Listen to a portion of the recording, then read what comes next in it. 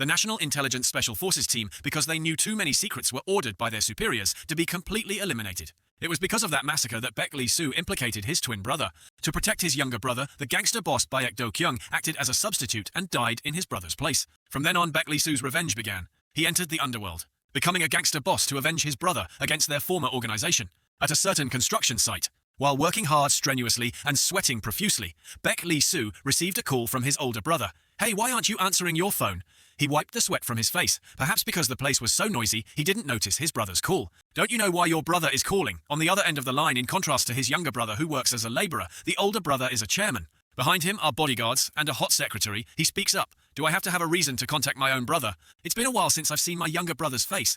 Lee-soo turns his brother down because work is a bit heavy today, making it hard to go. At the construction site next to Lee-soo, a colleague is trying hard to direct the work, but the subordinates won't listen, making him furious. "What are you doing? Everyone over there is getting annoyed. Don't pour it in like that, or it will all float to the top later." It turns out what they were doing wasn't labor work. They were mixing cement with a pile of corpses. Those were the soldiers of a nation hostile to theirs. The urgent voice on the other end continues. "All right, just tell me straight. Can you come later or not? Let me know in advance." Lee-soo was about to answer when someone was thrown outside, startling him and making him turn to look. A terrifying smile, a muscular body, six-pack abs, and a weapon in his hand. That's Ji Young Cheon, Southern Task Force belonging to the 525th Special Operations Team.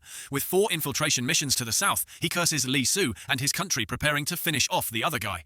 But Lee-soo quickly speaks up to stop him. The man on the ground is a new recruit in their team. So it's normal that he couldn't defeat Eong Cheon. Even after being stabbed in the stomach by Eong Cheon, he says he's fine without a single word of complaint. Seeing this, Lee-soo takes off his shirt and gives it to the new recruit to stop the bleeding. His identity is revealed. Baek Lee-soo, a member of the Special Task Force. He is the leader of the Northern Task Force with a long history of infiltrating North Korea, 4 years of experience and 12 infiltration missions to the north. Lee-soo had guessed it would only take Eong Cheon 10 seconds to defeat the new recruit, but unexpectedly, the recruit was quite resilient, lasting for about 30 seconds. Suddenly, Eong Cheon, holding his weapon, slashes straight at Lee-soo's neck.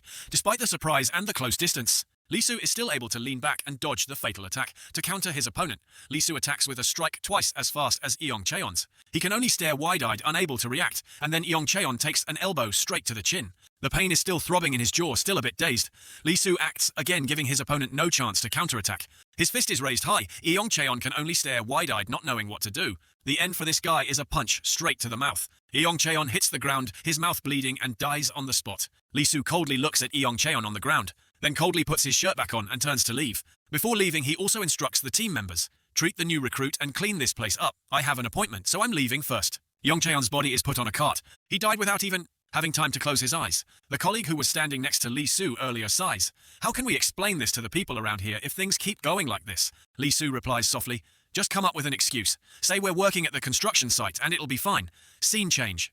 Lee-soo walks into a luxurious restaurant, still with a calm demeanor. He walks gently. As he is about to enter, the waiter stops him. "Sir, please stop. The restaurant has been fully booked today, so outsiders cannot enter." Lee-soo says he has an appointment with his brother, but the waiter scoffs because the shirt he's wearing makes him look like a laborer.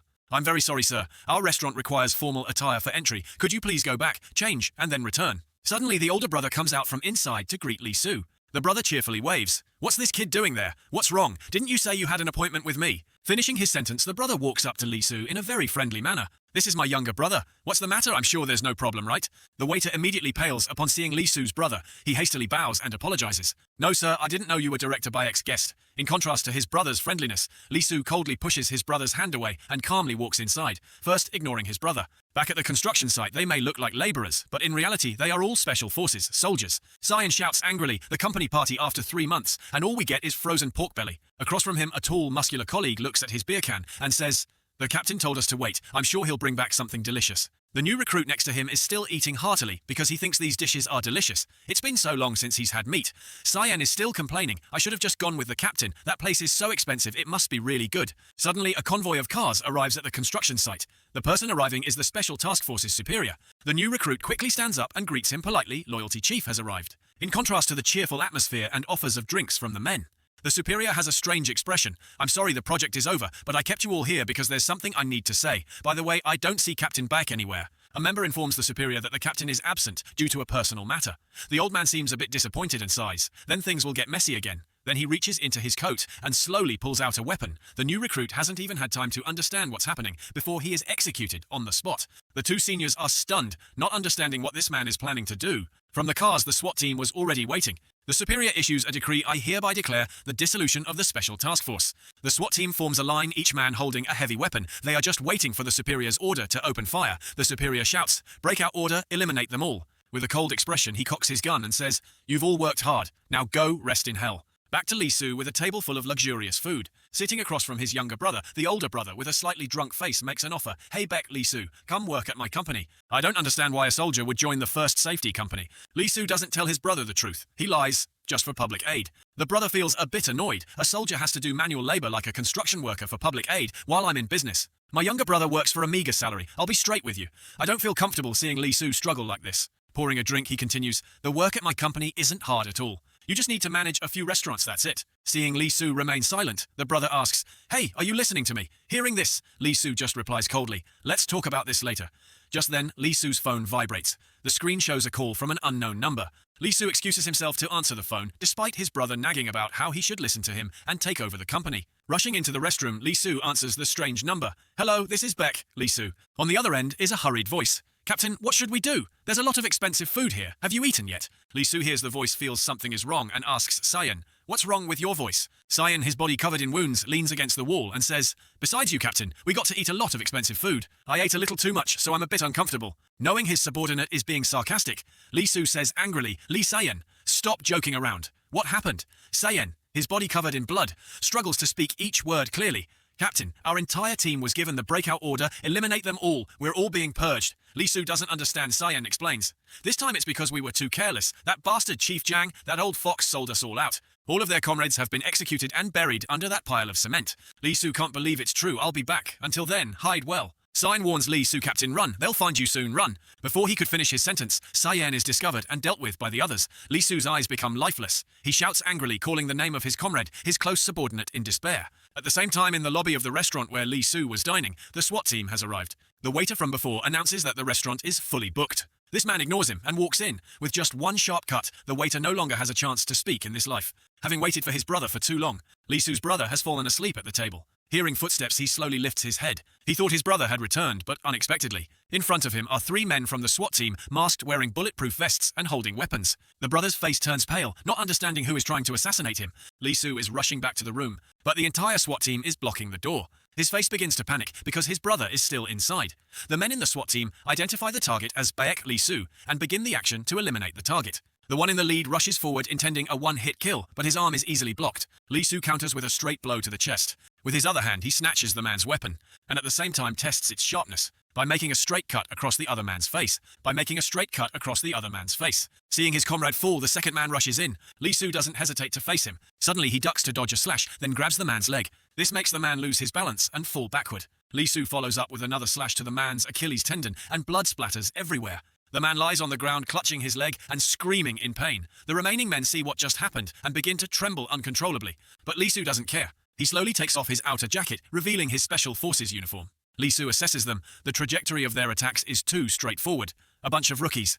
"Come on, all of you, let's get this over with." At that moment, he is no longer the innocent-looking Lee Soo. Deep in his eyes is a sky-high killing intent. Hearing the challenge, the whole group rushes forward at once, because a 3-on-1 fight should at least leave the target crippled, if not blind. But who ends up crippled or blind is not yet determined. The first one to charge in is slashed on the shoulder by Lee Soo before he can even do anything. Taking advantage of that moment, the other two seize the opportunity and slash at his arm. Luckily, he dodges, so the cut isn't deep, just a light graze. In the middle of a tense confrontation with the three in front, an enemy suddenly appears from behind. Lee Soo realizes this and turns his head, but it seems a bit too late as the man is right behind him. Back at the construction site, a subordinate reports to Chief Jang that the area has been cleaned up. He puts a cigarette in his mouth and asks, "What about Baek Lee Soo's side?" The subordinate looks at his watch and reports, "The first squad of the new special task force is in action. There should be results soon." In his gruff voice, Chief Jang, who understands Baek Lee, Soo knows that one squad is not enough. As expected, the first squad is completely wiped out. Chief Jang orders his subordinate to dispatch another squad immediately. They must be wiped out, leaving no witnesses. Lee Soo is extremely worried, not knowing what's happening to his brother in the room. Inside the room, a bloody massacre has occurred, but who would have thought that the survivor is Baek Lee Soo's brother? Unlike the appearance of a successful businessman, the director of a large company, Lee Soo's brother, now looks incredibly fearsome. Tattoos cover both his arms as he holds a weapon to a SWAT member's throat, and then without much talk, a slash to the neck, and the man instantly dies. His teammates share the same fate, lying motionless. Suddenly, the radio on his back crackles with a notification. He wonders what this is. Are gangsters this professional now, using radios to call each other? He's wiping his hands and face, cleaning off the blood from the SWAT team. The radio sounds off. Target Baek Lee-soo has been located. Eliminate immediately. Unsure if it was intentional or because they feared he couldn't hear the radio repeats the message more clearly, the SWAT team is planning to deal with Lee-soo. His eyes instantly turn ice cold and a killing aura radiates from him. Anyone standing nearby would feel their hair stand on end. He is Baek Do-kyung, the CEO of TS Financial Group and also the boss of the Taesan organization.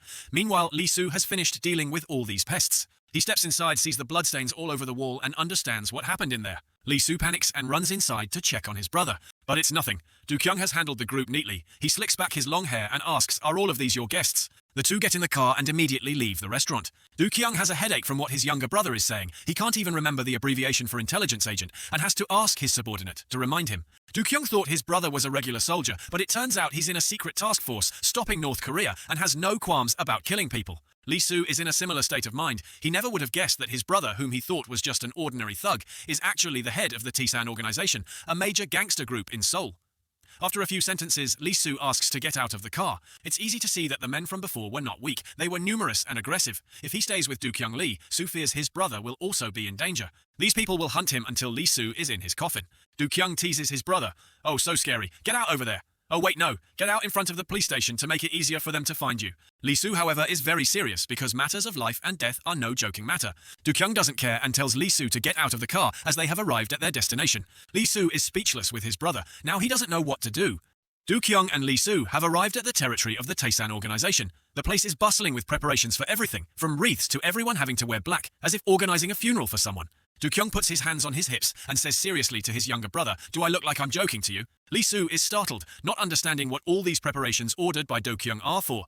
The secretary announces that everything is arranged and is expected to be completed within the next 2 hours. Do-kyung turns his head and says to his brother Lee-soo, "This will only end if you're in a coffin, so today I'm going to hold your funeral." The funeral portrait is ready to be used. This is all an act. Do-kyung learned this from the old-school Yakuza. It said they use this method to retire from the life or to change their identity. Lee-soo asks doubtfully, "If we do this, will they believe it?" But nothing is absolute. There will certainly be suspicion. But that's not the important thing. The most important thing is this. The Taesan organization is much more than Lee-soo imagines. But if Lee-soo has a funeral, as the brother of Baek Do-kyung, the boss of the Taesan organization, there will certainly be high-profile people attending who will become witnesses. Doubt it's not even worth mentioning. Because if Do-kyung believes it, if Do-kyung says it, they are forced to believe it, forced to acknowledge it. While the funeral is taking place, a strange, uninvited car arrives. Some of the subordinates see this and are annoyed. They shout, "What's this? Are you here for a free meal? Why are you sitting in the car when people of higher status have all gotten out?" Inside is Chief Jang. He looks at Do-kyung's background check file, surprised to find that this man is Baek Lee-soo's twin brother. Chief Jang scoffs. This Do-kyung guy is just a street thug, not worth his attention. Outside, the subordinates start banging on the car window, peering inside to see which punk is so bold. Chief Jang doesn't bother to care. He turns back to his special task force and says, "This is the final mission before heading to the battlefield. Is Baek Lee-soo really dead or not? Flip open that coffin lid and confirm it." As he finishes speaking, the car door opens, and the special agents start to get out. Seeing these guys attending a funeral dressed like laborers, a subordinate asks, annoyed, "What's this? Why are you wearing such cheap clothes to a place like this?" He points directly at the special agent. "Did you walk here?" Then flips up his hat to get a better look at his face. However, the agent doesn't say much, just throws a light punch, and the subordinate faints on the spot. The other men, seeing their brother get hit like that, also rush forward to retaliate. But with their clumsy fighting skills, the subordinates of the Taesan organization are no match for the special task force.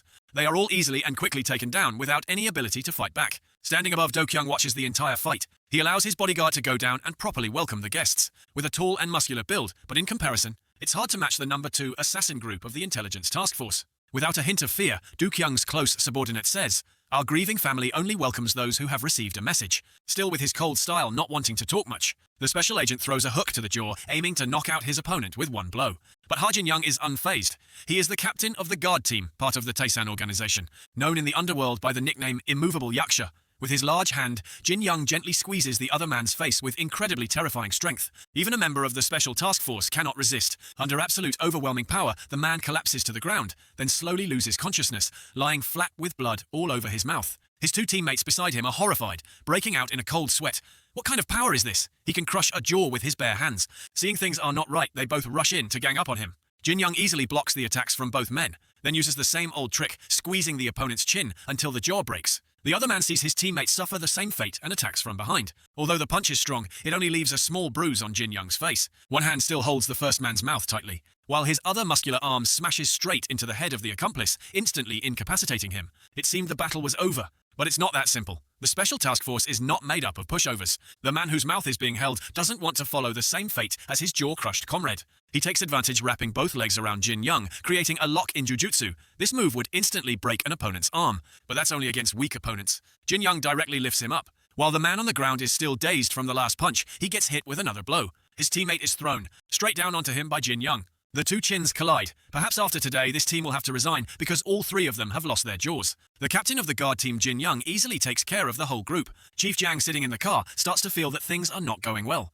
Just going inside, opening the coffin lid to verify if Baek Lee-soo is dead, and they can't even do that. What a useless bunch. Chief Jang has to personally take action. He gets out of the car politely, adjusts his clothes, slowly walks over and bows his head slightly in apology. It seems there has been a slight misunderstanding. Chief Jang slowly takes out his business card to introduce himself. I am the superior of Lee-soo, the deceased. We only met once on the way here, so perhaps that caused the misunderstanding. I have a few words to say. Jin Young remains silent, looking up to see his boss's reaction. Do-kyung nods in agreement. Jin Young doesn't make things difficult for them anymore and invites Chief Jang inside the funeral. He lights an incense stick for Lee-soo, looks at his portrait, but this Chief Jang is still extremely suspicious, unable to believe that Baek Lee-soo is dead. If so, then how much does his twin brother Baek Do-kyung know? Returning to a few hours earlier, Lee-soo and Do-kyung are sitting and talking. Lee-soo has told him everything. Do-kyung curses angrily. Damn it! So that's why he started betraying everyone and caused this. Was it all caused by that Chief Jang? Lee-soo simply replies, about that you don't need to get involved. Do-kyung asks for his younger brother's opinion, so I'll give him a bowl of soup and send him on his way. Just let it go to keep things clear. Following that firm statement, Lee-soo doesn't want his brother to get too involved in this matter. He will confront that Captain Jang directly in the guise of his brother Baek Do-kyung. Back to the present, Lee-soo suddenly asks Captain Jang, could you talk with me for a moment? Captain Jang turns around completely startled. Lee-soo is holding a weapon. What kind of killing intent is this? It's like he wants to skewer him right on the spot. Lee-soo, in the guise of Do-kyung, questions him holding up the weapon and asking, do you know what this is? I got this from my brother's body. Explain this properly, or your body will be lying here celebrating with my brother.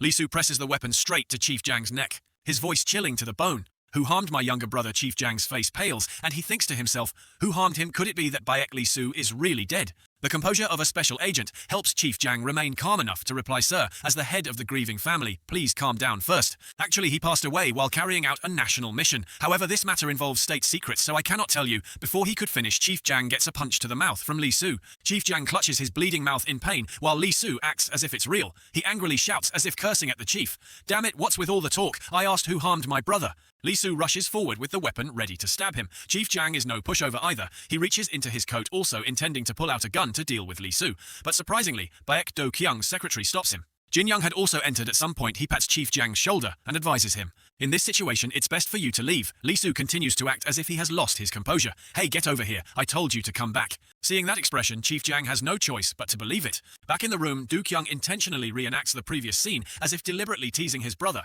He teases his brother.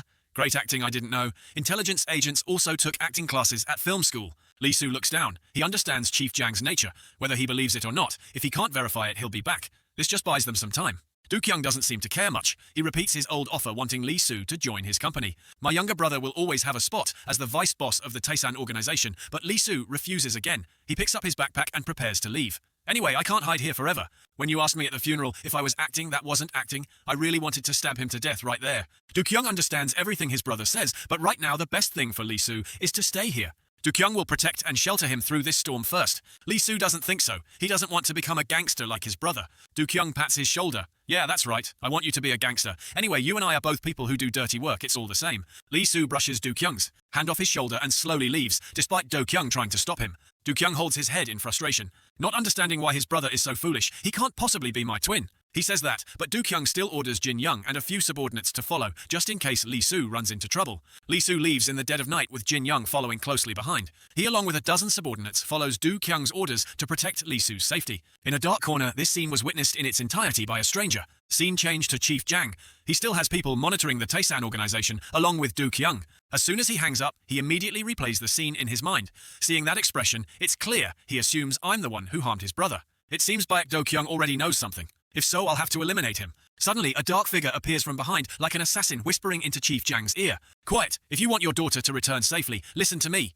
Chief Jang's arm trembles slightly as he replies, "What do you want? I've done what you said now. Where's my daughter?" Suddenly the person behind him throws their arms around Chief Jang's neck and hangs on him. It turns out to be his daughter. Chief Jang's face immediately brightens, becoming gentle, a complete contrast to his cruel demeanor on duty. The father and daughter walk and talk intimately. The daughter knows her father is in the special task force, but not on the battlefield, just working in an office. She's quite curious. "Have you ever been in a fight, Dad?" Chief Jang just smiles gently. "I just handle paperwork and things like that, Dad. It's just a small position, I've never had to fight or anything." A perfect lie from Chief Jang. Scene change back to Do-kyung. He's about to have a smoke, but his cigarette pack has been empty for a while. He asks his beautiful secretary to buy him a pack of cigarettes, but she won't go anywhere. She'll send a subordinate to do it. She has to stay here to protect him. Do-kyung whines, "Come on, give me a break. Let me get some fresh air. It's like being in prison here." But the secretary still refuses, because Jin Young has already taken people to protect Lee Soo. Here there's only Do-kyung. Going out at such a sensitive time is extremely dangerous. If there's no one to go with him for protection, Do-kyung is not allowed to go outside. Do-kyung smiles, "If I want to go, who can stop me?" The way Do-kyung can go out for fresh air is by taking Soo with him. Holding her hand, Do-kyung teases, "Could you buy me a pack of cigarettes?" Being teased like that, Soo's face turns bright red. She stammers, "I'll buy them, sir." Seeing her reaction, Do-kyung is amused and continues to tease. He says to the two subordinates with them, "This is your big sister." Greet her hearing their boss's order. The two men immediately bow deeply and greet her. "Hello, ma'am. Big sister." Do-kyung notices something slightly unusual. He pats the subordinate next to him on the shoulder and asks, "Our big sister is getting more beautiful every day, isn't she?" The man jumps and replies, "Yes, sir, that's right, sir. You look very beautiful today, too." "Big sister, the anomaly is clear." Do-kyung reminds him that in the Taesan organization, everyone calls Soo a sister, not the formal title Big Sister. He asks the imposter, "Are you one of Chief Jang's men?" Realizing he's been discovered, the man goes all in attacking Do-kyung with a weapon, but he easily dodges. It turns out both subordinates here are people who came to take Baek Do-kyung's life. Baek Do-kyung steps back slightly and quietly asks his secretary Soo, "Do you have another weapon? I forgot to bring mine." The two opponents are still slowly observing, not rushing to attack Baek Do-kyung. The situation is quite bad. The luckiest thing for Do-kyung right now is that Soo brought a backup weapon. Although it's under Soo's thigh, there's no other way. Do-kyung impolitely takes the weapon. At the same time, one man rushes in, intending to stab him to end the fight. But Do-kyung dodges the stab smoothly, then takes advantage of the enemy's opening during the attack and slashes him across the stomach. Just when he thought he had taken down his opponent, Baek Do-kyung is surprised these guys came prepared. They're even wearing bulletproof vests to assassinate him. The man continues to actively attack Baek Do-kyung. The attack fails again. He mutters to himself, "Damn it, this guy is strong and his blade is so sharp it cut through my protective gear." In a one-on-one fight, Baek Do-kyung could easily overpower this man, but on the other side, Soo can't handle the remaining one. She's being cornered, unable to fight back. The man raises his hand about to send her to meet her ancestors, when out of nowhere, Baek Do-kyung appears and uses his own body to block a slash for Soo. It hurts, but Baek Do-kyung is still very concerned about Soo. "Are you okay? It's been a long time since I've felt what it's like to be stabbed by a blade." He fights wildly, but not without thought. He realizes these bastards are intentionally targeting Soo to distract him, and if this continues, it will be difficult for either of them to escape. Baek Do-kyung uses his strength to send both the weapon and the man flying. Taking the opportunity, the bald man charges straight towards Soo again. This time Baek Do-kyung is more prepared. He quickly intercepts the attack for Soo. The man who was just sent flying tries to pick up the weapon on the ground to get up and continue fighting, but Soo is one step faster. She kicks the weapon away. With a swift move, Soo also stabs the man in the neck, eliminating him from the game. Meanwhile, Baek Do-kyung has the upper hand. A true boss is different. His strength is on another level. The man, having just had his weapon knocked away, pulls out another sharp blade from behind him. But before his arm can even swing, it is stopped by Baek Do-kyung. His shirt buttons had come undone at some point, revealing his tattoos. Baek Do-kyung's eyes become bloodthirsty. He growls, "I'm welcoming you with open arms, you dogs. Come and get me." Hearing this, the bald man's face turns pale with fear, but it's too late. Only a desperate scream is heard from the elevator. The two guards below hear it and instinctively turn around. Just as the elevator door opens, the bald man falls backward onto the ground with two of Baek Do-kyung's blades stuck in his shoulders, too pained to speak. Baek Do-kyung walks out and scolds his subordinates. "Aren't you guys doing your job properly? Didn't you notice anything unusual in the elevator?" One of them sees Baek Do-kyung's injured shoulder and immediately goes to check on his boss. But Baek Do-kyung doesn't care. He asks, "It's fine, I'm okay. Do you have a cigarette?" Who would have thought it'd be this hard just to have a smoke? Hearing this, the man reaches into his coat, thinking he was getting a cigarette. It turns out he pulls out a weapon and stabs Baek Do-kyung straight in the stomach. He is stunned, not understanding what's happening. Soo is also frozen at the sight. Baek Do-kyung angrily grabs the man's mouth. He says coldly, "Damn it, I said cigarettes. This thing is too big. It's weighing me down. That stab must have hurt Baek." Do-kyung's face starts to grimace, his forehead covered in sweat. The man's skin suddenly sags. It turns out to be just a disguise mask. He managed to land a fatal blow on Baek Do-kyung. He laughs triumphantly. "Director, don't pull it out. I intentionally prepared such a big gift for you." Angrily, Baek Do-kyung pulls the metal rod from his stomach and slashes towards the man, but he quickly retreats to dodge the blow. This man seems to be a professional. His reflexes, speed, and technique are all highly skilled. Seeing the situation is not good, Baek, Do-kyung says cautiously. This guy is fast. Hey, don't give me cigarettes anymore. Lend me your weapon. The subordinate sees his boss intending to fight alone and prepares to sacrifice himself so the boss can escape. But Baek Do-kyung doesn't want to waste words. He takes the weapon from his subordinate's hand. Then he tells him to take Suwa away first so he can focus on the fight. Before leaving Baek, Do-kyung also reminds them, lock all the doors tightly. Don't open them for strangers, understand? The elevator door closes, which is also when the life and death battle begins. Holding twin blades, Baek, Do-kyung taunts his opponent. What now? I've already guessed your lucky number.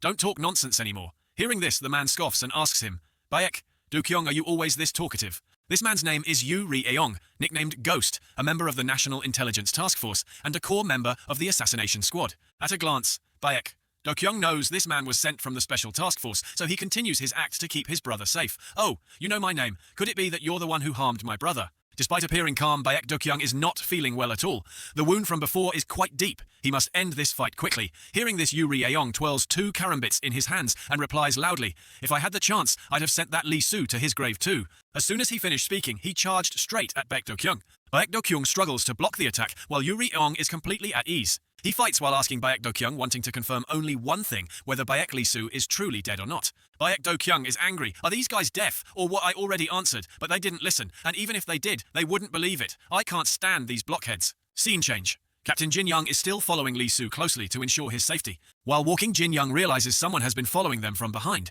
so he and Lee Soo quickly step into a small alley. As expected, the man sees this and quickly runs after them. In case he lost them, he peeks into the alley only to be met with a fist as big as a rice cooker looming before him. Jin Young throws a powerful punch that sends the man flying back 3 meters. The man was lucky to block the punch with his arm. He mutters to himself, what a powerful punch. I think my bone is broken. Clutching his arm in pain, Lee Soo approaches and asks, did Chief Jang send you here? He told you to check if I was still alive or already dead, right? The man's arm is still trembling from the aftershock of the punch. He mumbles, that's right, as expected of Baek Lee Soo. He wouldn't be in a coffin that easily. Lee Soo is quite surprised because this voice sounds familiar. It turns out the person following them is Cyan. He cheerfully greets him, long time no see, Captain. Seeing the two being so friendly, Captain Jin Young is quite surprised and asks, you two know each other? Lee Sayan immediately points to his poor arm and complains non-stop. Of course we know each other. Hey Mr. Godzilla, what about this? Look, witnessing the comrade he thought was dead. Now standing right in front of him, Lee Soo can't help but walk over, place a hand on Sayan's shoulder and say gently, I'm sorry Sayan, I should have been with you all at that time.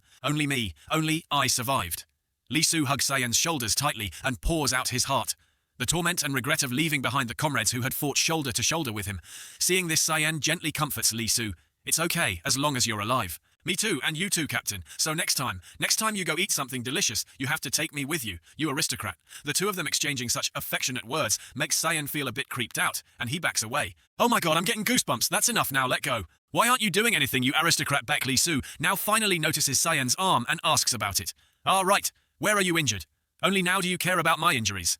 Cyan clutches his arm in pain and retorts, don't even talk about it. I have a hole in my stomach, and just now, my arm was broken too. While the two are busy being affectionate, Captain Jin Young receives a phone call. The sound of the phone also attracts their attention. Cyan now has a chance to wonder who this person who almost broke his arm is. He's not Godzilla, so why is he so strong? But that Uncle Cyan hesitates as he sees the expression on Captain Jin Young's face. Why such a sudden expression? It seems like something terrible has happened. Captain Ha Jin Young's face is now filled with rage. He must have received news that Baek Do-kyung is in danger. Scene change. Baek Do-kyung has been carelessly slashed across the chest. This Yu Ri-eong gaining momentum continuously launches slashes, forcing Baek Do-kyung to constantly dodge. Offense is the best defense. Baek Do-kyung refuses to be on the defensive and immediately counterattacks. He slashes straight down, blocking Yu Ri-eong's attack. A blood debt must be paid in blood. Baek Do-kyung unleashes a horizontal slash as smooth as silk. Although Yu Ri-eong manages to dodge in time, he still gets nicked and bleeds a little. The tables turn instantly. Baek Do-kyung attacks relentlessly like a storm, leaving Yu Ri-eong with no choice but to defend. Gaining momentum, Baek Do-kyung taunts him. Hey, this is how you should fight when it matters. Come on over here. He may be taunting, but inside he's not okay. The longer this drags on, the worse it gets. His vision is starting to blur. The scene in front of Baek Do-kyung is becoming increasingly blurry. Yu Ri-eong seems to notice and smirks triumphantly. The moment Baek Do-kyung lunges straight at him, Yu Ri-eong completely dodges it with just a slight tilt of his head. Yu Ri-eong now plays his trump card. From the beginning he had hidden a thin, fishing line-like wire tied to his 2 karambits. The wire, though thin, is incredibly strong and instantly ensnares Baek Do-kyung's arm. Yu Ri-eong, who had been silent until now, speaks coldly. Baek Do-kyung, Baek Lee Su's brother. I have to admit, for a thug like you, that was pretty good. As soon as he finished speaking, Yuri Eong immediately delivers an upward slash to Baek Do-kyung, sending blood splattering everywhere. His arm, twisted by the wire, is also injured, causing him to drop his weapon. Taking a full blow like that severely injures Baek Do-kyung, forcing him to retreat. Yuri Eong triumphantly twirls his karambit and asks again, "I'll ask again, where is Baek Lee Su?" But Baek Do-kyung's next action confuses him greatly. He just calmly ties up his hair and raises his hand to cut it as he replies, "You do people often tell you you're not very perceptive?" Seeing the strands of hair fall makes Yuri Eong extremely curious. "What are you doing?" Holding the newly cut lock of hair in his hand, Baek Do-kyung says sarcastically, "Do I have to do this for you to understand? I am Baek Lee Su." After cutting his hair, Baek Do-kyung looks exactly like Lee Su, like two peas in a pod. These two are indeed identical twins. Witnessing this magical transformation makes Yuri Eong horrified, unable to believe his eyes. What? No, it can't be. Baek Do-kyung immediately takes advantage of Yuri Eong's surprise and rushes forward, taunting, "You really are blind." But Yuri Eong very gently blocks his attack. Seeing this, he becomes extremely smug. "Ha, Baek Lee Su couldn't be this clumsy. Let's end this, you thug." But the karambit stops mid-swing, unexpectedly encountering a daredevil. Baek Do-kyung, despite his injury, grabs the wire and pushes forward forcefully, preventing Yuri Eong from attacking. He is completely surprised to find his move countered. Baek Do-kyung holds the weapon and says coldly, "Just now that hair was a bit of an eyesore." As soon as he finishes speaking, he snatches the weapon and slashes him straight across the face. Yuri Eong now clutches his bleeding face and screams in pain. But Baek Do-kyung just stands there and says coldly, "Come on, get up, let's keep fighting." This is like a slap in the face for him, a ghost assassin ending up in a situation like this. Yuri Eong angrily forces himself up and charges forward, screaming, "You ignorant, uneducated thug, anger makes one lose their sense." Baek Do-kyung immediately seizes the opening and grabs Yuri Eong's arm. He immediately slashes the arm, making him scream in pain. Yuri Eong is finally scared now. Could it be like this? That guy really is Baek Lee Su. Baek Do-kyung gets into a stance, his eyes as red as blood, and challenges coldly, "Continue. Continue." It is Yuri Eong cannot accept this, and angrily charges forward, screaming, "Impossible, die." But in the end, the one who gets hurt is me. I mean, Yuri Eong. Baek Do-kyung just gently blocks the attack and draws a little more of his blood. Yuri Eong is not simple either. He plans to take advantage of Baek Do-kyung being off guard, twisting his karambit to give him a slash. A petty trick trying to fool an expert. Baek Do-kyung quickly grabs its handle. Next, Baek Do-kyung says as he twists the karambit and stabs it straight into Yuri Eong, making him scream in pain. Not stopping there, Baek Do-kyung follows up with a slash to his side. Unable to withstand those blows, Yuri Eong collapses to the ground in pain. Fear now completely engulfs his mind. It really is Baek Lee Su. Baek Do-kyung is now like a ferocious demon. He slowly approaches with a terrifying tone. Next. But Baek Do-kyung is now about to collapse. He can only vaguely see Yuri Eong struggling and screaming, Don't come here." Baek Do-kyung uses his last bit of strength, grips the weapon and prepares to strike, muttering his final words. "Baek Lee Su, yes, just like you." Yuri Eong, blinded by fear, can only struggle desperately. The weapon strikes down, but it doesn't hit Yuri Eong. Baek Do-kyung collapsed before he could finish him off. Yuri Eong lies underneath, panting heavily. The experience of a trip to death's door and back has left him stunned. Even as Baek Do-kyung collapses, Yuri Eong still can't believe his eyes. He's somehow still alive. Stunned for a moment, Yuri Eong is finally able to react. Baek Lee Su. So it was one surprise after another. Yuri Eong immediately reacts upon seeing Lee Su's group's car returning. Lee Su rushes out of the car as soon as he arrives. He panics and runs over when he sees Baek Do-kyung lying on the ground, covered in injuries. He screams non-stop, "Brother." Lee Su helps his brother up, his heart filled with worry. "Please, brother." Elsewhere, Yuri Eong has managed to escape with his battered body. He painfully fumbles for his notebook, constantly muttering, "Baek Lee Su, Baek Lee Su." Yuri Eong laughs triumphantly as he crosses out Lee Su's picture in his notebook. "I got you. I got Baek Lee Su." Back with Lee Su holding his brother, who is no longer breathing. Lee Su cries out in anguish as his only family member has passed away. Sometime later in Baek Do-kyung's room, a very worried Sua speaks to Captain Ha Jin-young. "We can't go on like this. Not only the main organization, but also groups in other regions have noticed the absence of Director Baek Do-kyung. At this point, we have to choose a new representative chief, Jin-young, you too." Sua hesitates at this point. Jin-young, who has been silent until now, stands up and replies, "Without Baek, Do-kyung Taisan is no longer Taisan." Hearing this, Sua is not resigned, she says loudly, "So we're just going to watch the organization collapse. Director Baek ended up like this. Right now, you have to be calm and maintain Taisan in his place. He wouldn't want Taisan to collapse just like that either." Before she could finish, Jin-young stops her. "That's enough. Do you really not know? There's no one like that. No one can replace Baek Do-kyung's position at Taisan." At this point, he can't hold back his tears. The loss of Baek Do-kyung is too great a pain for him. Scene change. Sayen is now frantically running after and calling out to Lee Su anxiously. Captain, wait a minute." Sayen finally catches up and blocks Lee Su. "Where are you going?" Baek Lee Su, who had been silent, finally speaks. The wounds on his body were caused by someone who was trained. It must be someone from the Special Task Force following Chief Jiang's orders. Most of the Special Task Force under Chief Jiang is disguised and carrying out missions in the north just like us. If we can find them, we'll have a lead on Chief Jiang. Cyan understands this and gently calms Li Su down. I know, but so what do we do now? Li Su replies in a choked voice mixed with rage. Chief Jiang, he's the one who made my brother like this. We have to find and eliminate all of them. Just like what happened to our team, tears have been rolling down his cheeks for some time now, the hatred within him. Now he will make Chief Jiang pay a heavy price. Scene change. At the helipad on top of Pangyo Techno Valley. A group of people is gathering up here. Pangyo Techno Valley is a technology complex in the city of Pangyo Seongnam, known as the Silicon Valley of Korea. The man sitting and peeling a pear with a bit of nail polish on his hands to show his aristocratic status is the chairman of ICTT-1. Kim Chun, he says with a disgusted tone, I don't like Pangyo. There's nothing to eat here, right? This place is full of tailors, so there's no corner to dig up money. Back in the day, men had to swim through the great floods in Seoul. I want to sit in one of the chairs of the 4 major organizations under the General Assembly. As he states his ambition, he stands up and walks to the railing where 3 ropes are tied. Leaning against the railing, Kim Chun says with a sinister tone, and yet at that time our chief was just whispering meaningless, sweet nothings into my ear. Isn't that right? It turns out these 3 ropes are this chief's lifelines. He shouts in panic. What sweet nothings? What on earth am I supposed to say? Incorrect answer. Kim Chun cuts one of the ropes and says indifferently, this pear isn't ripe yet, I'll just throw it away. The chief didn't expect Kim Chun to cut a rope so ruthlessly. If he keeps beating around the bush, next year will be his death anniversary. The chief stammers fearfully, chairman, that thing.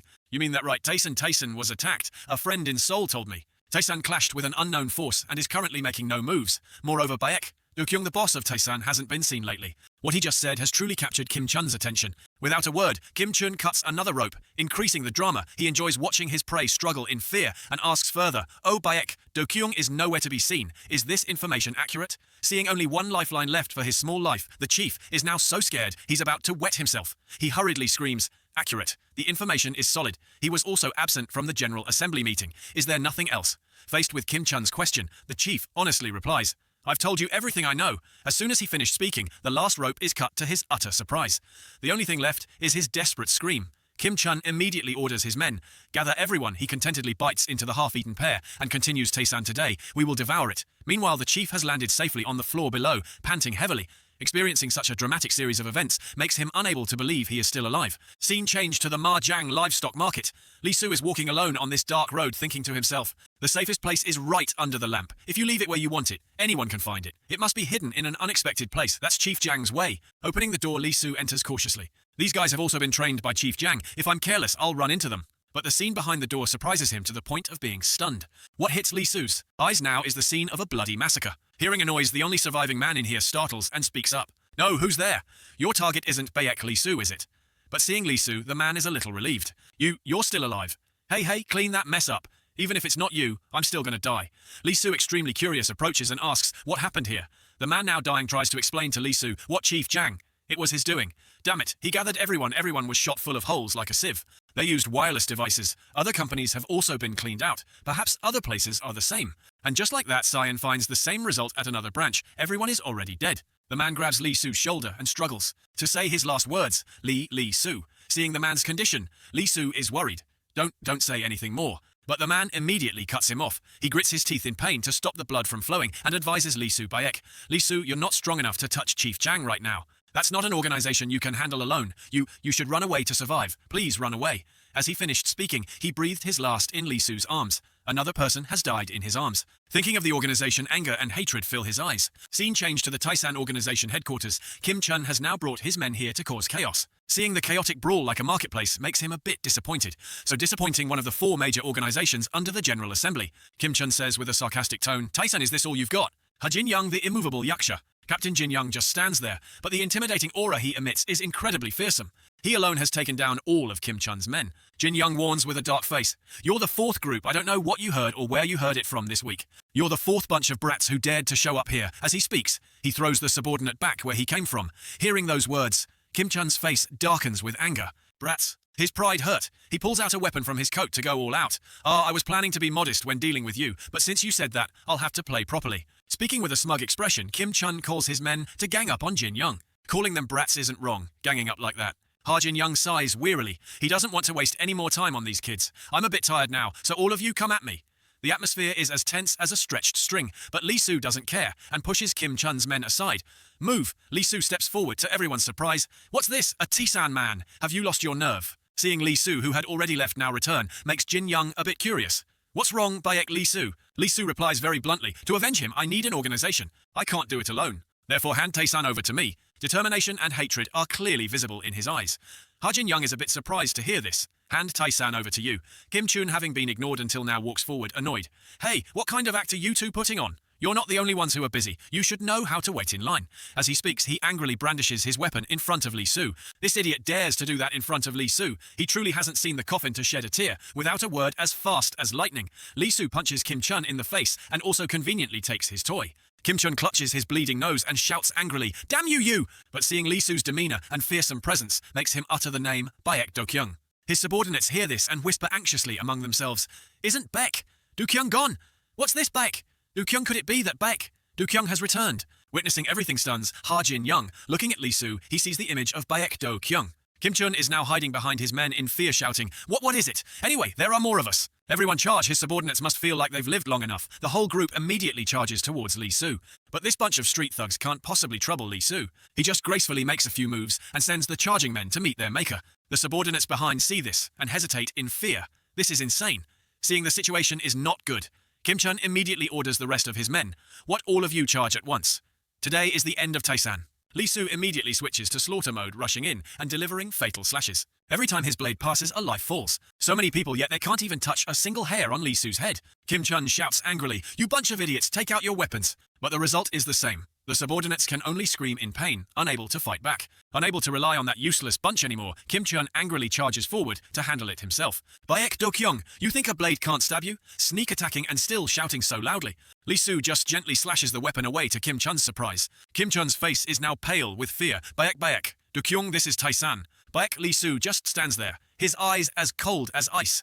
The killing intent he radiates makes Kim Chun tremble without being cold. He panics and runs away, stammering orders to his men. Retreat, retreat, ban back to Pangyo. The people of the Tae-san organization see this and cheer excitedly. Director Baek, the director is back. The director has come to help us. Only Jin Young is still lost in thought. Without Baek Do-kyung, Tae-san cannot exist. I thought so. But thinking this, Jin Young has also made a decision. He steps in front of Lee Soo. You want Tae-san, right? Baek Lee Soo, if you want to have Tae-san, there is only one way. Scene change to a luxurious dining room. The man in the white suit speaks. Baek Do-kyung hasn't appeared for a month. This thug-like man in a red suit also says angrily, Damn the General Assembly, this is ridiculous. I told you to get rid of that thug. Is this the pot calling the kettle black? The pink-haired woman playing with her glasses cheerfully adds, That sounds interesting, doesn't it? Baek Do-kyung is dead. The remaining man with an extremely elegant appearance also speaks up. If that's true, Tae-san is finished. Returning to what Jin Young said, then Tae-san is Baek Do-kyung's organization. If you want to have Tae-san, there is only one way. Baek Lee Soo, you must become Baek Do-kyung. At this moment, Lee Soo Sion and Jin Young's group has entered this banquet. Lee Soo sits down in the last chair with a smug face and a sarcastic tone. Hey, everyone must have been very worried about me. What now? If I had known, I would have bought souvenirs. Lee Soo has now completely transformed into his brother Baek. Do-kyung Sua is instructing Lee Soo on how to be most like his brother, Baek Do-kyung. Seeing that he isn't holding the weapon quite right, she reminds him, Your finger should be behind the blade. Obviously you need to do that to add more power to the blade, and it was also Baek Do-kyung's habit. Lee Soo is a bit curious about this. Will anyone notice such a small detail? Sua's face turns serious. I'm sure someone will notice Sua. Also reminds Lee Soo that if his opponent is a member of the board of directors, he should be more careful. It is known that the most notorious crime bosses in Seoul meet with the board of directors, the purpose being to prevent conflicts between gangs and to encourage mutually beneficial business cooperation. But in reality, it's not like that. Everyone talks a good game, but behind their backs, they're holding a weapon ready to stab their opponent at the slightest opening. They are always waiting for an opportunity to benefit themselves, waiting for conflicts to arise. Lee Soo knows that too, which is why he wants to get involved in this big matter. Sua also understands this. She wants him to be careful. If anything happens to you, the Tae-san organization will also fall apart. Sua's face becomes gloomy again. Honestly, she's not sure if this is the right choice anymore. Baek Do-kyung is gone. She doesn't understand why they have to protect the Tae-san organization. Lee Soo immediately answers her question, his eyes turning ice cold. The words he speaks are also incredibly chilling. I need the Tae-san organization to back me up. A gang for revenge, stronger than other gangs. That's why I need the Tae-san organization and the board of directors to fulfill my own wish. Sayen and Jin Young, standing beside him, hear this and say nothing more. At night in a desolate area, the man sitting with 2 bodyguards behind him is the police chief of Seoul. His name is Cho Won-ho. He smiles with satisfaction and says to the person standing next to him, Chief Jang, you did a great job. Your skills are truly admirable. As for Chief Jang, he maintains a calm and unusually somber expression. He says gently, "It's all thanks to your help, sir. They are all very skilled." Hearing this, Wonho gives a thumbs up to praise Chief Jang's achievement. He says modestly, "No, your work skills are the most important. That's why all those guys are buried here, right?" As he speaks, he points down to the pile of cement that has hardened into concrete below. Then he claps his hands and laughs heartily. "Excellent, Chief Jang. You really are a special person. I like it a lot. Is this what they always say? Doing dirty work for a brighter future." Suddenly, old Wonho's attitude changes 180 degrees, he growls. "The delegates have been worried lately. You can't gauge the mood of the people in the north from those outdated clothes.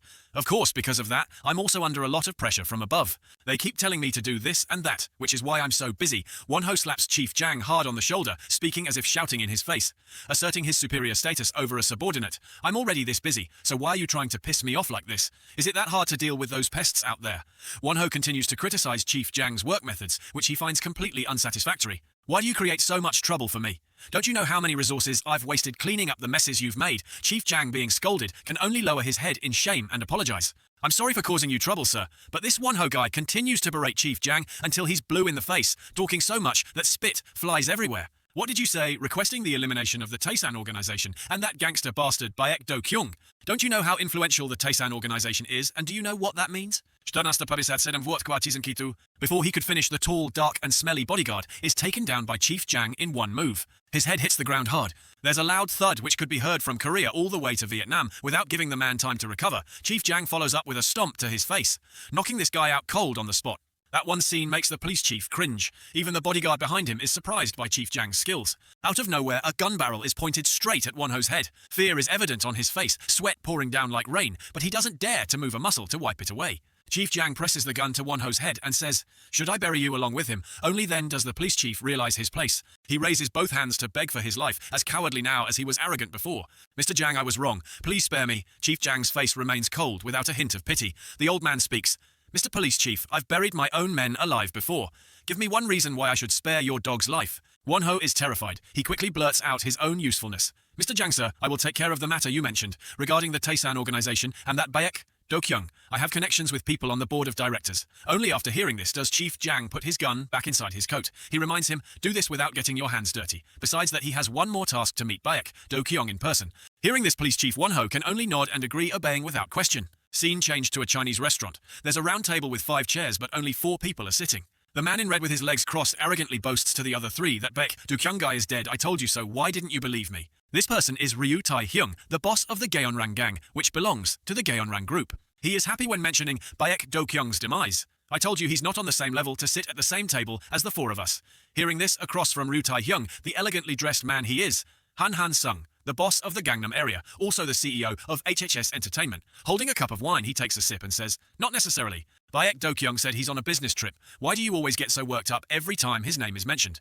Hearing as if the other person is implying something about him, Ryu Tae-hyung clarifies, "Are you talking about me? I'm not the only one getting worked up." Suddenly, a mad dog appears out of nowhere with no one backing him up and takes over the crucial area of Hanam-dong. That guy should be put in a coffin and have his funeral. Sitting next to him, Cha Ju-hwa takes off her glasses and remarks at Ryu Tae-hyung's words, "You talk as if you really want to stab him. You must hate Baek Do-kyung a lot." Looking at the tattoos on Cha Ju-hwa, one can tell she comes from a formidable background. She is the leader of the Gurogu district, the big sister of the Samhaphui gang, backed by the John Gung Trading Corporation. Seeing all the words directed at him, Ryu covers his face, speechless.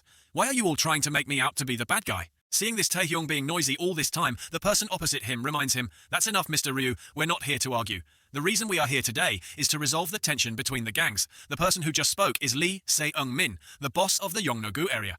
He is also the leader of the Nine Swords gang.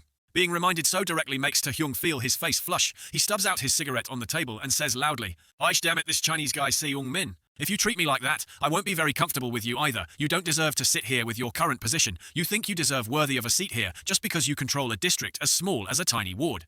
Seung-min was about to retort to Taehyung's words when Hansung interrupted the conversation, not wanting these two to argue and then start fighting right here. He said while staring at his phone, "Hey Seung-min, pass me the soy sauce. It's too far for me to reach." Taehyung didn't stop. He was arrogant and cocky. He lifted his chin, then gave the middle finger as a challenge to Seung-min. "You coward, you wouldn't dare do anything to me." As long as we're still allowing you to be here, show some respect for your seniors. Suddenly, from out of nowhere, Sion walked into the room of the bosses. Taehyung saw Sion and turned to ask, "Who the hell are you? Why do you look like one of the waiters?" Sion didn't care. He turned in another direction and said, "Sir, we have arrived, with an atmosphere as tense as a guitar string. I'm sure this is the place." Baeklisu, in the guise of Baek Dokyoung, slowly walked in. Seeing this sudden appearance, the whole group was surprised, unable to sit still, because there was credible information before that Baek Dokyoung was already dead. How could he possibly appear here? Going back to earlier, a file was handed to Lisu. It contained information on all the members of the council, although there weren't many characters. But the most important part was their interconnected relationships they gathered together, creating a good, mutually beneficial relationship. Lisu didn't care much about that. No matter what they were like, he was sure he would find their weaknesses eventually. The thing he was quite worried about was handling things the way Baek Dokyoung would. Baeklisu began to step into his brother's role. He looked the part of a gangster boss covered in tattoos, with his hands in his pockets. He asked Taehyung, "You said, looks like a waiter. Are you talking about me?" Seeing the return of Baek Dokyoung in a different operating system, the big sister Doohwa inquired. "Hey Beck, are you really still alive? You even cut your hair short. I almost didn't recognize you." Lisu gently pulled out a chair and replied, "I'm trying to make an impression and you didn't even recognize me." Taehyung, sitting next to him, started to taunt. "I thought some guy stabbed you and you were already dead in some corner. Damn it. I thought I wouldn't have to use my weapons on you." Lisu was no pushover either, he retorted annoyingly. "Aren't you using chopsticks? If you're going to eat like a mutt and not use them, I'll take them, okay?" Taehyung's blood boiled, but he couldn't do anything. The big sister Doohwa couldn't help but laugh out loud at that retort. While Hansung was trying to hold back his laughter, he got straight to the point. "Hey Mr. Beck, while you were away, we had a conversation." Lisu looked curious, wanting to know what it was about. "Is that so? You guys must have been very worried about me. I should have brought some gifts or something for everyone." Hansung was a bit puzzled. "We heard that your younger brother passed away. It must have been very difficult. You didn't even contact us normally. Baek Dokyoung would never do that." Taehyung chimed in. He had also heard about this, a funeral that was considered quite crazy because some people came to cause trouble and wreak havoc. They weren't ordinary people, but skilled fighters. To tell this story would probably take all night. Hansung returned to the main issue that needed discussion. To summarize, does Baek Dokyoung currently deserve to sit here or not? Facing everyone's gaze, Liesu slowly stood up. He sighed, his face showing a bit of disappointment. "If you knew someone was in trouble, why didn't you go and help them?" As he finished speaking, Lisu picked up the weapon and stabbed it straight into the table, startling the whole group. With a grim face and a murderous look in his eyes, Lisu growled. He enunciated every word clearly, so they wouldn't miss a single one. "But anyway, who are you talking to about the qualifications of the Taesan clan? You think the main association has that right?" Hansung was so angry his eyes turned red, his eyebrows furrowed. He couldn't stand Baek Dokyoung's recent words. "How can we listen to those words? Are you planning to turn on and oppose everyone here?" Lisu doesn't beat around the bush. He made his point clear. "Enough talk. I'm going to be blunt like this, so listen carefully. This is what the Taesan clan wants. The Taesan clan cannot join the main association. You can do whatever the hell you want." Lisu's expression at that moment was no joke at all. Leaving the meeting, Lisu returned to the Taesan clan. While Sion was excitedly admiring the car, because it was his first time in such a fancy car, Lisu was deep in thought. Jin-young in the driver's seat looked through the rearview mirror and asked Lisu, "The main association is now our enemy. Do you have a plan?" Lisu looked out the window silent. Suddenly, from out of nowhere, a car sped straight towards his car. Jin-young quickly swerved successfully, dodging the recent collision. Otherwise, the three of them in the car would have been in big trouble. Sion was angry. He rolled down the window and yelled, "What kind of blind mutt is driving that car?" But on second thought, the situation wasn't very favorable. Lisu's group's car was surrounded by 3 other cars. There was no escape. From one of the 3 cars, Ryu Taehyung got out. He shouted Baek Dokyoung's name. "What kind of bullshit were you talking about at the conference?" he said as he approached Lisu's car. "To get ready for the fight, this guy even put on iron knuckle dusters." He smirked triumphantly. "Like you said, we can do whatever we want, right?" As soon as he finished speaking, this madman punched straight through the window where Lisu was sitting. The car window shattered pieces, flying everywhere. But Lisu's expression didn't change at all. His face darkened, his eyes like bullets staring at Ryu Taehyung. But this madman didn't know what fear was. He was still nonchalant, leaning his face close to Lisu's and enunciating every word. "You said we can do whatever we want, huh? Then let me be the leader of the Taesan clan, you mutt." Going back a little while earlier, Sion was still showing great excitement for this fancy car. Jin-young reminded him, "Stop messing around, you're distracting my driving. Sit still and buckle up." Then he mentioned the issue with the main association. Lisu sat in the back seat, thinking deeply for a moment. Then replied firmly, "I will crush the entire main association under my feet. But before that, there's something else that needs to be done. Catch the rat in the main association." Sion heard that and turned his head curiously, asking Lisu, "A rat in the main association? Who's the rat?" Jin-young remained very calm while driving. He was quite puzzled, not understanding why Lisu thought that way. He spoke up to explain. "Just now in the council meeting, those guys said, I said the funeral was noisy, and also the assassination thing. If it was the director's funeral, an obituary would have been sent to the main association. This isn't anything special. So the conflict that happened in Taesan had nothing to do with the funeral. Both Sion and Jin Young were startled to realize something after hearing that Sion put his hand on his forehead, thinking, "That's right, that's it. Oh, I'm getting goosebumps. How did I hear that and not understand anything?" Jin Young gripped the steering wheel tightly. He asked Lee Soo in a low voice, "So who is the one hiding behind the scenes within the main association?" "It turns out you already knew back then," Lee Soo said. "That's why I avoided going to the main association before finding that rat. And to find that rat, you just need to mess up the main association and it will crawl out on its own." And just as Lee Soo had predicted, the one who appeared was none other than Ryu Taehyung. "Hey Baek Dokyoung, get out of the car." When he saw Baek Dokyoung still stubbornly sitting in the car, ignoring his words, he yelled, "You don't dare to get out, or do I have to drag your precious body out for you to comply?" Thinking back, this Ryu Taehyung, Taesan and Gierang have always had the most friction, and there's clear hostility between the two sides. Lee Soo thought to himself, could this guy be the rat I was talking about, on this side ignoring whatever Taehyung was yelling about? Sion stuck his head out the window and shouted angrily, "Hey you blockhead, just tell me to open the door. Why do you have to smash the car window? Don't you know this car is expensive? Get your dog paws off it. What kind of gangster boss are you with no basic manners?" Taehyung's attention shifted to Sion. He sneered mockingly, "Aren't you the guy who looked like a waiter earlier? What did you just say? Say it again for your daddy to hear." Sion opened the car door and slowly got out. From his appearance, he didn't seem scared of this Taehyung guy at all. Sion challenged loudly, "I'm out of the car now. What are you going to do to me? Today is the first time I've ridden in such a fancy car, so I'm in a really good mood." Taehyung's ears tingled a bit after hearing that. Is this guy asking for a beating? "You're quite pleasing to my eyes. Besides that Baek Dokyoung in the car, do you want to work for me?" Sion continued to provoke Taehyung. "You're recruiting me to be your boss. In that case, I'll agree with both hands and feet. But first, let's go to the repair shop." Saying these words, Sion's face didn't change at all, even though he was facing a top gangster boss. Before Sion could finish his sentence, Taehyung got angry and threw a punch straight at Sion's face. It looked powerful, but for Sion, he only needed one hand to stop this punch. Taehyung's hand trembled violently. He tried to use more force, but couldn't move it at all. Sion saw this and sneered, "Oh my, look at your habits. Are you a thug, always resorting to violence at the slightest provocation?" Seeing his punch easily blocked, you'd think the madman Taehyung would be furious. But no, he seemed more excited than ever. "Oh, aren't you surprised? You can block it. You just made me very pleased with you." Just as they were about to exchange moves and have a satisfying fight, from out of nowhere, a convoy of cars arrived. Seeing this, Taehyung also stopped looking at the convoy and wondering, what the hell is this now? Are they planning to throw a celebration party right here? The person who arrived was Lee Seungmin. As soon as he got out, Taehyung asked, "What are you doing here, Seungmin?" Hearing this, Seungmin's expression didn't change. He said, "Representative Ryu Taehyung, let's stop everything here." Taehyung gave Seungmin the middle finger again. Then with a sarcastic tone, "If young master Seungmin says stop, then we must stop." "What now? Wasn't one middle finger enough for you? You must have been chasing me for a while." Taehyung approached Seungmin and asked, "We're planning a party here, you want to join? I wonder if the Ilhak clan has what it takes." Seungmin's face didn't change at all after the madman Taehyung's antics. Suddenly, a loud laugh came from behind a large hand placed on Taehyung's shoulder. "What it takes, Ryu Taehyung, you're all talk." A large old man, though old, was still very muscular. He continued, "I remember not long ago you were crying over the scar on your back, weren't you? You've grown up a lot lately." Turning to look back, Taehyung's expression changed slightly. Ninth blade Choi Chunho. "Old man, what are you doing all the way out here on this side?" Suddenly pushed aside. Sion's hands were free again. He pointed towards the other guys, then turned to Jin Young. "What's going on? Who's that uncle in the white suit? Those two look like they're about to film a long-running drama. We're standing here waiting forever. Should we yell cut?" Jin Young was also quite surprised by this appearance. "That old man is a blade, part of the Ilhak clan's elite team. I didn't expect a ninth blade to show up here." Sion wondered, what's a ninth blade? Jin Young began to lecture, teaching Sion a course on the gangster world. Right now, the Ilhak clan's reputation has declined a lot. The previous generation of Ilhak was a top organization in all of Seoul. Back then, the Ilhak's elite team had a total of 9 members. They were called the 9 Blades. Sion put his hands on his hips after hearing that, looking at the crowd and exclaiming, "It's really a story involving gangster uncles. Sounds truly epic." But looking at everyone's reactions, it's probably not a lie.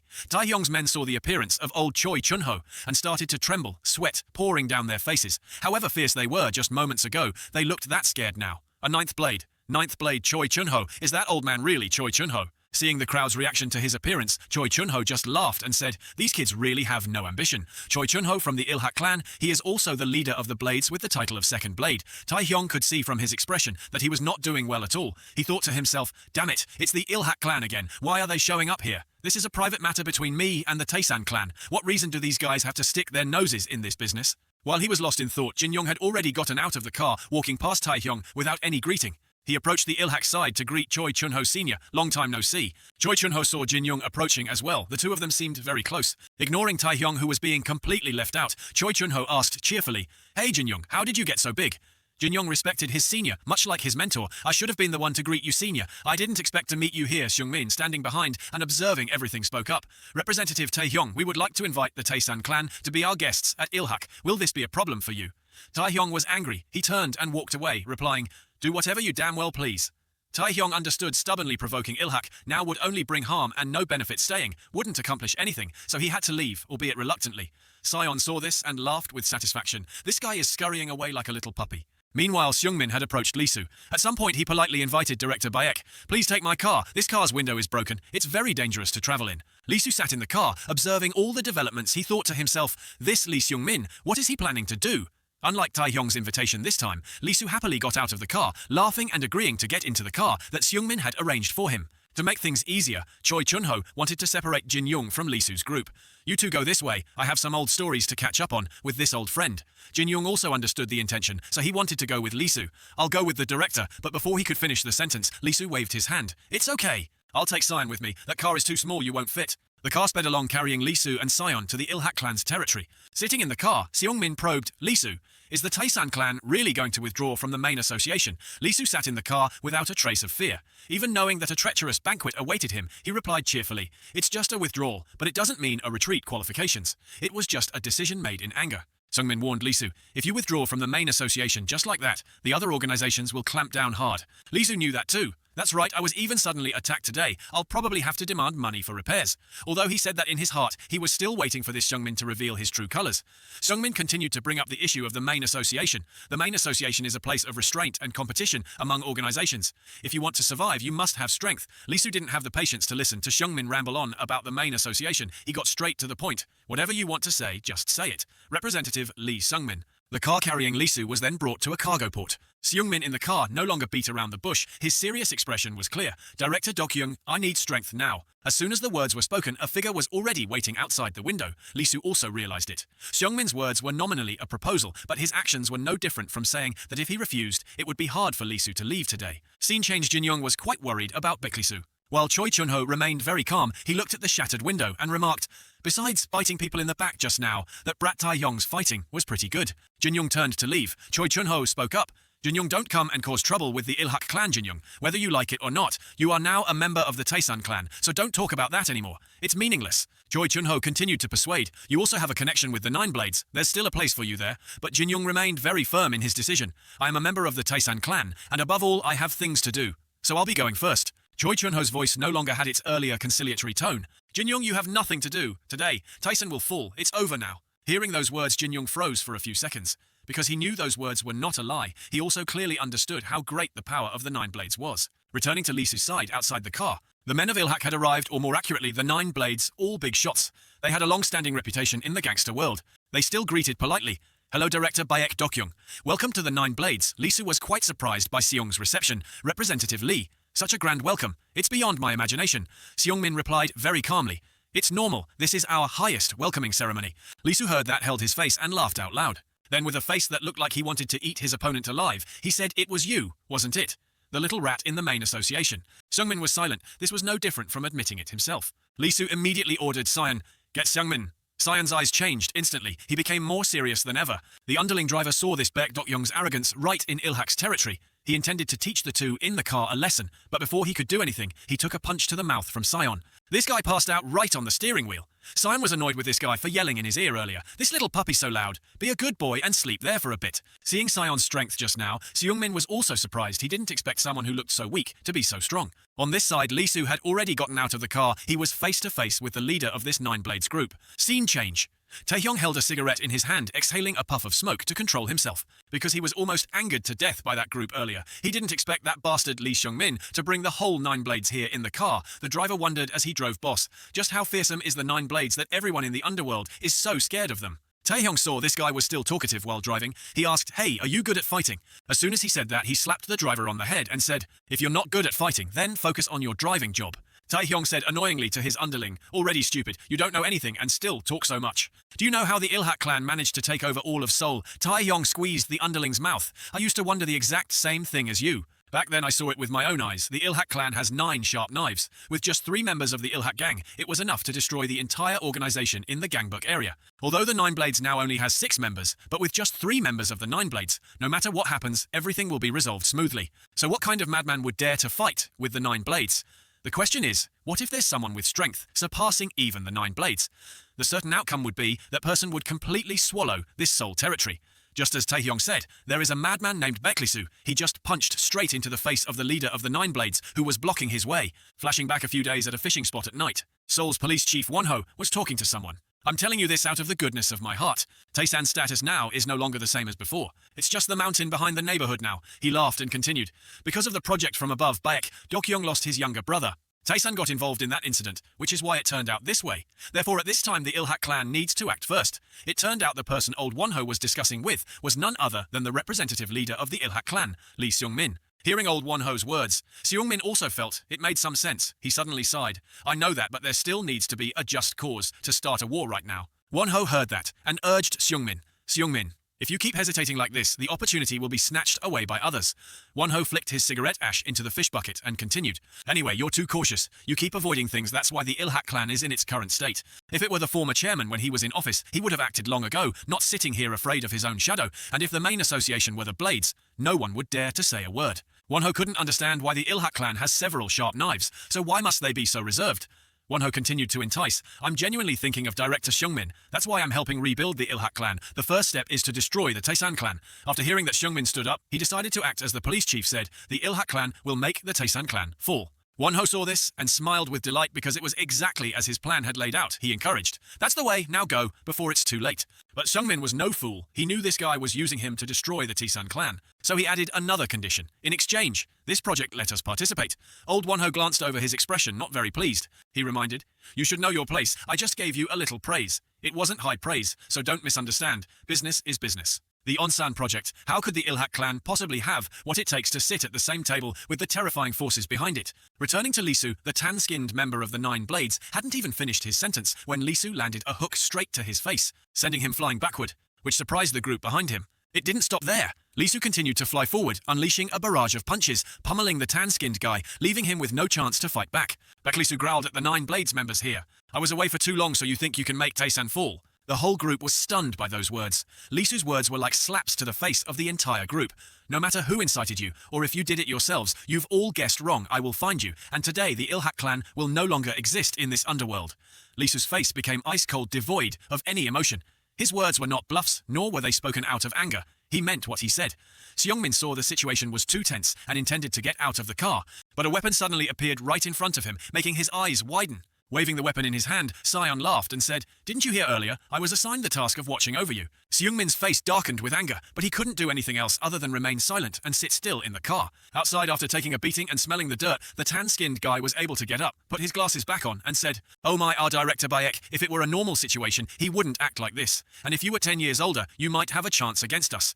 The 2 underlings saw their senior getting beaten. They didn't feel any danger or panic. They even laughed and said, I thought you were high. It's been a long time since I've seen you get hit. The tan-skinned guy with a bald head felt a bit annoyed with his underlings, not understanding what kind of underlings they were. Seeing him get hit, not only did they not intervene, but they just stood there laughing like they'd never laughed before. The joke was over. The 9 Blades were now serious. One of the 2 underlings who was just laughing began to act.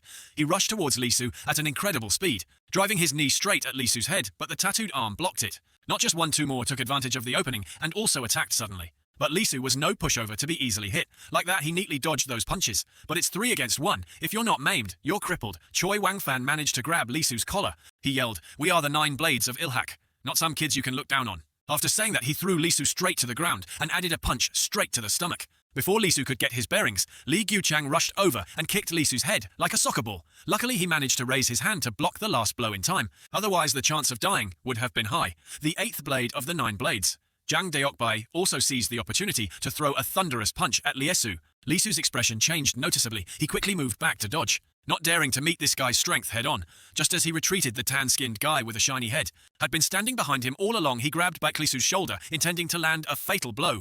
With his trained quick reflexes, Lisu immediately realized he ducked down, causing the punch to hit nothing but air. Lisu realized one thing. These guys were all very strong, and moreover, they were very skilled at coordinated attacks. These guys form a closed quadrilateral. If I just attack one corner and defeat one person, the whole thing will collapse. Putting thought into action, Lee Su launched an all-out attack on the tan-skinned guy. He put all his strength into the punch, sending syrup flying. The punch stunned the tan-skinned guy. He almost fainted on the spot. Luckily, his underlings caught him in time, otherwise their senior would have been eating dirt again. Taking advantage of their senior getting hit, the underling immediately taunted. "You're getting old, so you're not as sharp." The tan-skinned guy could only remain silent. The fight resumed. Lee Sunmong rushed forward to grab Lee Su's shirt, trying to hold him down to make it easier for his brothers to attack, but somehow Lee Su had already slipped out of his sleeve, preventing him from executing his plan. But these tough old guys were no pushovers. They were all seasoned veterans of the underworld. Sunmong had somehow circled behind, grabbing Lee Su's head, making him unable to move, and the tan-skinned guy named Dok Jo Yongjin took that opportunity to punch straight into Lee Su's pretty face. Sion saw Lee Su getting ganged up on and felt indignant for his senior. These uncles are old, but they fight dirty. Seungmin, sitting behind, had returned to his initial calm demeanor. He said proudly, "The knife of Ilhak is the 9 blades. Everyone says so. The Ilhak of the past is no longer the glorious era of Ilhak. But one immutable thing remains. Ilhak still has the 9 blades, and the strength of the blades is something ordinary gangsters cannot compare to." At the same time, Jin Young was also getting pummeled by old Choi Chun-ho. Jin Young's large body was thrown onto the hood of the car, shattering the tempered glass. Choi Chun-ho chuckled, rolling up his sleeves, preparing for the fight with Jin Young. He reminded him, "Don't be too hasty, Jin Young.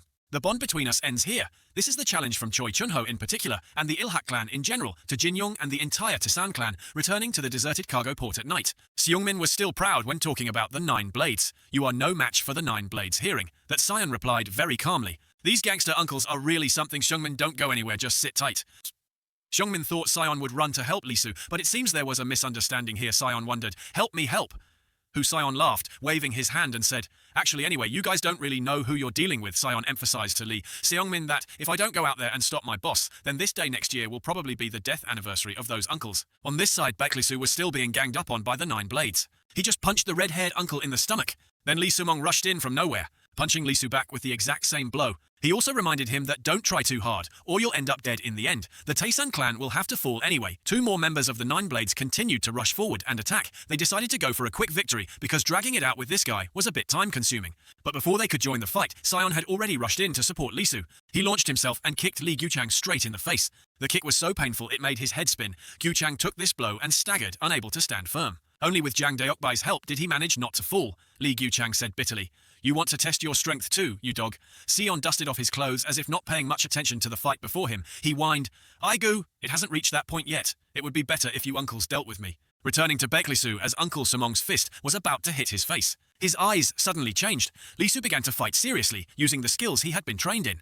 With just a few basic moves, he neutralized all of Uncle Sumong's techniques. Choi Wang-fan and Yongjin, standing to one side, also froze for a few seconds, seeing what just happened. Because the last move not only completely broke Sumong's attack, but Lee Su also dislocated the uncle's arm. Unable to move, Sumong couldn't believe that in such a short moment, Lee Su could do that. Suddenly, Yongjin waited for Wang-fan, but it was too late. Uncle Wang-fan had taken Sumong's place and rushed to attack Lee Su. Wang-fan raised his leg high, intending to land a straight blow to Baek Lee Su's head. A grim expression was clear on his face. He raised his hand to catch Wang-fan's descending leg. Reminiscing for a moment when they were old comrades, Section Chief Jiang had commented that Baek Lee Su, not only does he have a good physique, but he's also extremely strong. He has no flaws, both in fighting and in life. He's not the type of person who backs down when hurt.